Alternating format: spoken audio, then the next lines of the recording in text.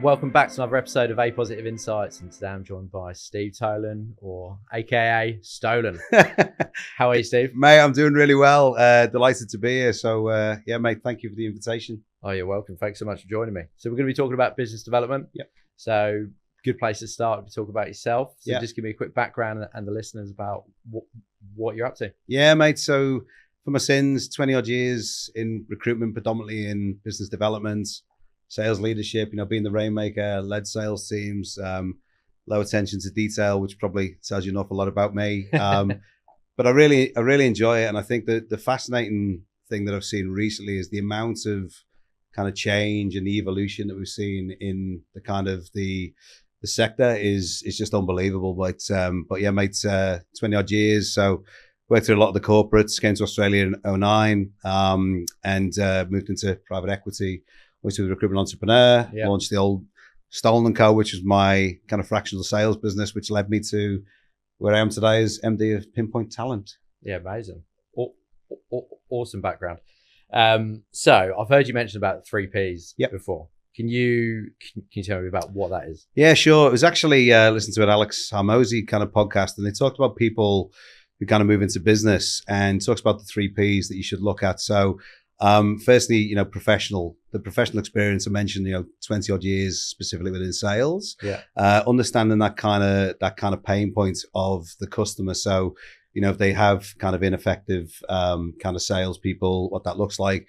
If they're also on the receiving end of really awful sales practices, you can understand what that's like for them. And then the kind of the professional and the passion. I'm passionate about sales as an industry. I'm constantly, learning new ways of working. So I connect with salespeople across different industries because I want to tap into their kind of brain, their methodologies. So, mate, they're the three things that you need to really kind of focus on to be, successful within the sector. Yeah. Okay. And why is that important? I mean, it's important because, like anything, you want to deal with an expert, right? Someone who really understands. So I think sales always had a bit of a bad rap. So, for me, it's business development. And let me change that. I believe that a lot of the kind of the art of relationship building has been lost, right? Where people have got so transactional. At the end of the day, whatever product that or service that you're selling, the aim is to identify the right people, understand your value proposition, and ultimately build trust. Yeah. And too many people are just keen to kind of pull the trigger, get in there and kind of get a sale. So I think credibility, knowledge, respect, having a track record, that's what really kind of drives success. Yeah, no, I love that. So be more of a specialist. 100%. A specialist. And, what was the old thing? You said, go inch wide, mile deep. So really hone in. And it's up to you. You have to be the one that's responsible for your development. So, we've seen so much change in the last kind of 3 to 5 years since obviously COVID. It's not your manager's responsibility. If I always look at this and say with, new recruits that kind of come in, if someone picked up the phone to your potential customer and said, what are your thoughts on this product? And you haven't got a clue. And the next person that rocks up and says, hey, I'm not an expert actually, but here's 2 or 3 things I've been evaluating. And here's how I think, might make a difference to your business. Who would you likely consider, or who would be the most credible? Yeah. That's on you. And a lot of people say, oh, well, that's on my manager, or they haven't given me my information's everywhere. So go out there and make sure that you're constantly upskilling. Yeah, I love that. Is there any resources that you would recommend to people upskill? I mean, there's so much kind of resource. I think obviously LinkedIn, I spend an awful lot of, probably too much time on there. I apologize. Yeah, the old videos. Jeez, the middle-aged guy with the videos in Martin Place. That's me. Yeah. So many podcasts that I kind of listen to, different kind of areas. So podcasts are kind of a key thing, and there's so many of them right now. We're on one, but some podcasts. The old-fashioned networking events, mate, they're back with a bang. It might sound very 2019, but get out there and meet people. And, we'll talk about this in a second, but meet competitors, meet with people in your industry. Because, and we talk about this specifically in recruitment, everyone thinks they're doing these things that are so unique and so different. I've got to be honest, it's pretty much the same, right? It's match great candidates with great clients. So going along and understanding and meeting people, they'd be kind of 3 or 4 things I'd focus on. Yeah, no, I love that. And then I just recorded a podcast a few days ago and we were talking about everyone's doing the same thing. Yeah. One of my key strategies when I started APOSIT like 10 years ago was to go out and network with anyone and everyone that sells to the same industry and be known as that specialist in payroll and funding. It's really good for referrals as well. Oh, mate, 100%. And I think with Marcus, who's our latest recruit that's joined, former used car salesman who's come in eager to learn. Yeah. And unfortunately, he's had to sit next to me, the poor guy. So whether he lasts a bit longer is to be... You say he's lost 3 months already? 3 months already. What? Yeah. But mate, having that energy, and I think one of the things that I always kind of lead by example. I'll always go out and meet people. You don't often see me sat at the desk because I probably annoy everyone, right? I haven't got the attention span. But I will go and meet professional people, as I mentioned, in that industry, and again, tapping into their kind of psyche, understanding what's going on. And more important now than ever, so many senior former clients, professionals are looking for work and they've never experienced this before. The CVs are off the scale, right? And I meet people that have got a lot more kind of sales knowledge, capability, whatever, than me. And I sit there. Don't underestimate the knowledge that you have, the power that you have in recruitment to go out and actually really assist someone. I think sometimes we kind of play that down and think, we're just recruiters, mate. You talk to so many people, it's, that's the key thing for me. It's getting out and actually kind of sharing the love. Yeah, no, great. I just want to go back to something you said, or that you started talking about, was the qualifying of prospects. Talk to me about why this is so important. Yeah, it goes back to that point about being the expert. One of the things that drives me kind of crazy, apart from my kids, is that, people, I think today have got so transactional within the whole sales process, which is, there's so many tools, automation, what have you. They look at the way our lives have changed fundamentally with technology, again, kind of since COVID. You can do almost anything sat at home. So what I hear constantly is, sales has evolved. It's getting harder and harder to get in front of people. Part of that is true. But if someone rang you up on the phone and had no idea what you did, they hadn't done any background checks or anything like that, no idea why they picked up the phone. I always put myself, and it goes back to that pain point. Imagine you're the poor person that picks up the phone and goes, tell me about what we do. I flip it back and I always go, 3 W's, who, what, why, you know what I mean? In terms of just real fundamentals. I make less calls now than I did 10 years ago, particularly when I came to Australia and we made 60 a day. Barrister Blake Thomas, that was full on. Can you imagine now? Now, if you make 5 a day, you'd be made up. But, it's quality over quantity. And I've generally found that, whether it's because you've got an established brand or what have you, the calls that I make, even cold calls, if you've done the research and you've gone through a thorough process, people are pretty, open and open for a conversation, So do the upfront work, and I guarantee that the outcome will probably be more positive. Yeah. Do you think that comes back to your personal brand though? Mate, there's... Like, do people know your name, like, when you're ringing them? Yeah, especially when you're called Stolen. It's kind of hard to kind of get away from. Yeah. So, but mate, there's, for me, there's kind of 6 things which I talk about today, with the team religiously. If you want to focus on to be successful in sales, personal brand is one. You have to have a personal brand. What makes you different, right? What makes you unique? Number 2, you have to get comfortable with video, whether people like it, someone like me, I just got comfortable with it, and now people know you for it. So using video is key. Mastering LinkedIn, you have to really understand how the tool works. And it's more than just the algorithms, but how do you connect with people? Who do you connect with? Why would they engage in a conversation with you? The 4th thing, AI, right? There is so much noise around this right now, particularly in recruitment. Again, go back to what I said before. If you're sitting in front of a prospect and they say, how is AI going to reshape the industry, or what products or solutions you use, and you don't know, you will very quickly lose credibility, right? So AI is one that I've been kind of playing with. I'm definitely not the tech expert, but, again, going back to, ignorance is not as a kind of an excuse there, which you have to use.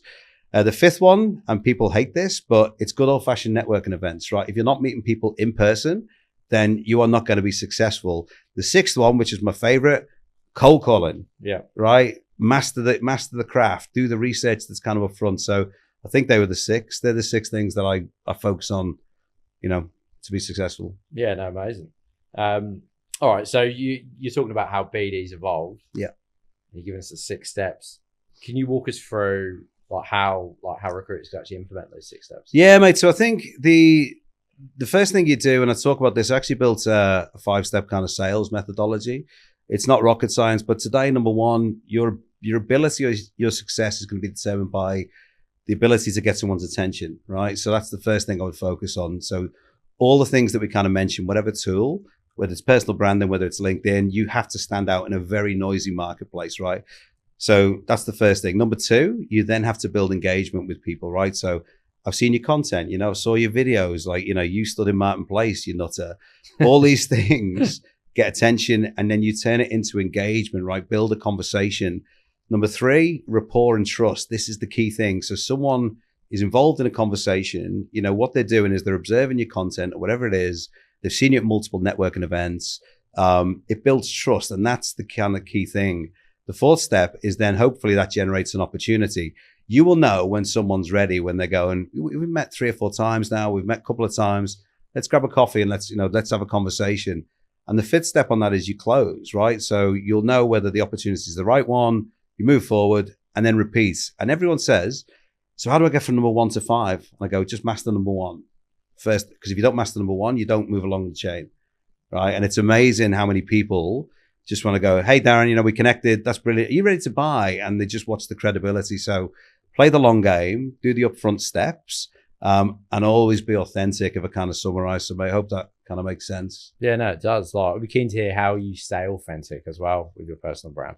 Yeah, mate, be yourself. Like I learned the hard way, which is I spent a lot of time almost like trying to fit this corporate kind of image. Yeah.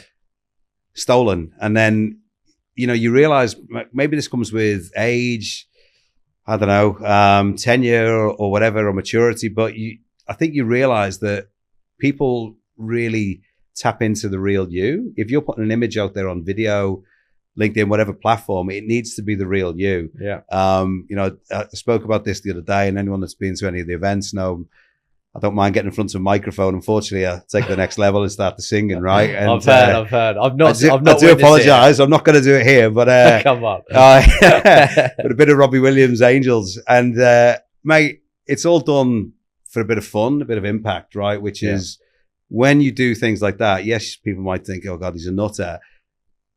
You watch people in front of you when you've got a room of 50, 100 people. You watch them relax. And you might be sat next to a head of HR. You might be a recruiter with 6 months, but actually you realize we're all just people.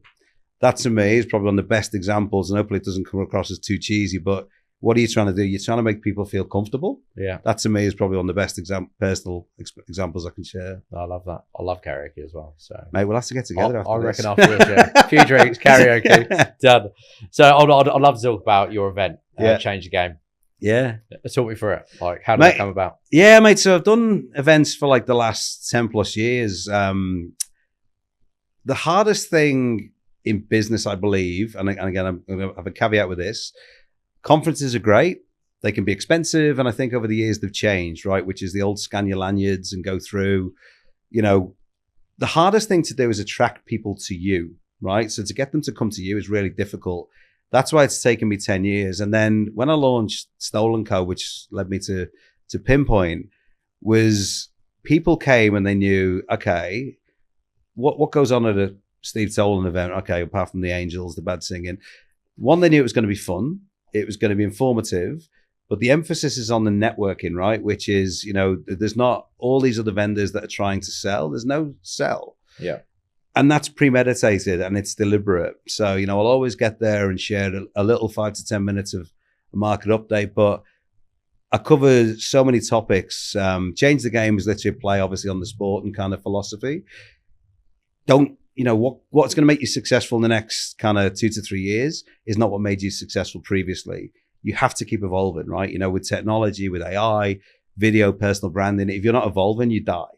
So the last event that I did was around mental wellness. Nothing to do with recruitment or your role type, everything to do with you as a human being. And I was really proud of that because it was the most kind of risky one from will this be successful or will it actually, flop? And it was successful. And I felt very proud of that. And most of the room were recruiters, so I guess the most interesting thing is, if you went back 5-6 years ago, bringing your competitors in a room was almost taboo. When I looked across the room, there was probably 50-60 people from different recruitment businesses. I'm comfortable with that. So, mate, that was the kind of the ethos behind it. Yeah, no, I love that. Like, my whole team went to that event and said it was amazing. They did, yeah. I know you had Colin there as well speaking. Mate, Cole Cuthbert, shout out to him. If you looked up in the dictionary, there was a remarkable human being. There'd be a picture of Cole. Legend Cole. Apart from the fact he's a West Ham fan, got to get that in. Mate, the guy's a legend, mate. Like, inspirational.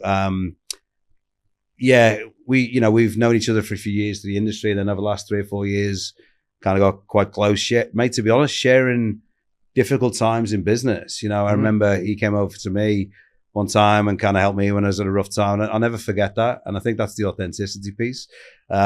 He shared his story. I felt incredibly humbled and just grateful that he felt comfortable to share that story.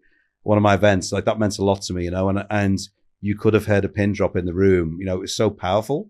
Yeah. And that vulnerability, he's the most authentic guy you kind of come across, right? Like, so, mate, it was, he stole the show with that one. Like, it was an awesome session. So got a lot of respect for him. Yeah, I was disappointed I couldn't come to that one, but yeah, like the point where you obviously become mates with Cole and he's opened up to you, it allows you to open up to him, right? And there's other people going through struggles as well, so it's good to have people you can chat to, mate.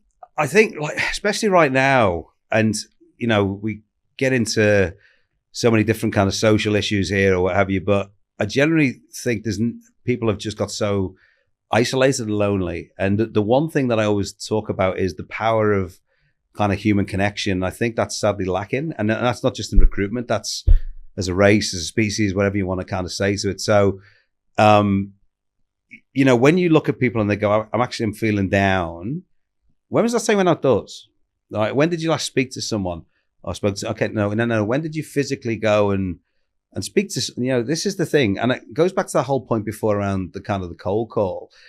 The amount of people now, and I'm so blessed that relationships are formed over years. I can pick up the phone to many people who work in organizations and they know you. It's that trust. They're people. They might be having a really crap day, right? And if you ring up and you got that energy and you just, the one thing I'll always say is, can you pick up a phone and have a conversation with someone? And if you do, just make sure that you leave a lasting impact. So, mate, that was where I completely agree. And that's where I say the purpose behind that event was something that I feel immensely kind of proud of. And he set the tone, mate. Like, when I was building it, I said to him, do you want to get behind it? And he was like, where do I sign? I think I've got to have a caveat on this. I think I said, if you sponsor, I'll become a West Ham fan. I don't think I'm not following through on that one, unfortunately. But mate, yeah, it was a very proud moment. Yeah, no, that's great. So so change the game. What's the target audience there? Yeah, mate. So it's really open to HR, TA professionals, as well as recruitment kind of vendors and people that are in the industry, service providers. Yeah.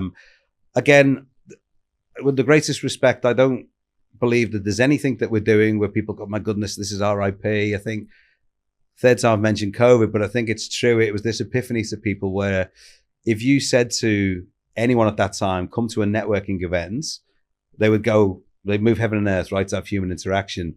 Prior to COVID, if you said, come to a room full of recruiters, you would have got rotten fruit and veg and stuff kind of thrown at you, right? So it's really bringing people together who are in that kind of industry. The speakers, the topics always differ. I intentionally have sporting kind of professionals that are there because the two things that I look at to be successful in, the art of BD, mindset, right? Yeah. So you can have all the skill in the world. If you don't believe you can do it, or you sound as though you're a flat as whatever, it ain't going to work, mate, right? And the second part is mastery. So you can have all the confidence, etc., but if your skill and you're not upskilling is not there, you will fail. So they're the two things that I kind of talk about. And I think the best examples that, everyday folk can really kind of get in tune with is sports people, right? Tenacity, resilience, having a vision, dealing with setbacks. We've had many boxers, and I want to be clear, it's not the violence or the aggression. It's you versus you, right? When you're in a ring or what have you, you can have all the coaching. Sales is no different, right? You can have the best sales coach, what have you, but if you genuinely don't believe you can do it, and you're not upskilling. So that's, just to be clear, the reason I've had a lot of athletes is exactly that cause. So yeah, that's kind of, I guess, the backwork, the framework behind it, I guess. Yeah, no, I love it. So how would you recommend a recruiter who's going through a bit of a tough time to actually get sort of pumped up for the day? Like, have you got any rituals around that? Yeah, mate, I think firstly is control what you can control. I've said this for years, mate. Like, so, I've seen this people in our business, and I speak to many people in the industry. I've had a tough time. I've had a bad quarter, this, that, and the other. Candidates dropped out. Like, that is life. That is the business that we're in. I think the first thing that I would say is, I rock up and I go, I'm going to do a post today, right? And I'm going to do a video post. I'm going to talk about the market. Tick. I'm going to make 5 calls, 10 calls, or whatever it is. Do I do that? Yeah, I do. Cool. Are they good calls? I don't know. But if I followed the process and I've qualified, you can control the input. I can control how I turn up today. Will I turn up on time? Will I turn up in a good mood, right? Will I actually turn up and think, you know what, today I'm going to rip it to shreds in a positive way?